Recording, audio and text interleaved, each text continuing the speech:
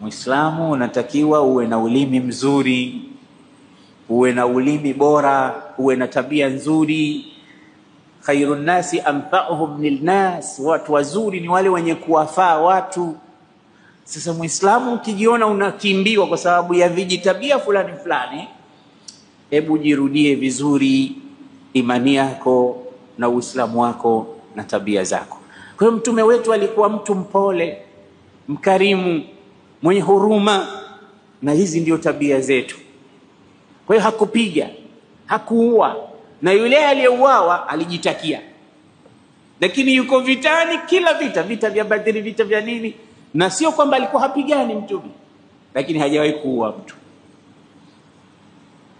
Ile huyu aliyejitakia mwenyewe akajitia yeye ndo atamuua mtume, na angekaa huko mbalimbali pia asingeuawa na mtu, angeuawa tu na watu wengine.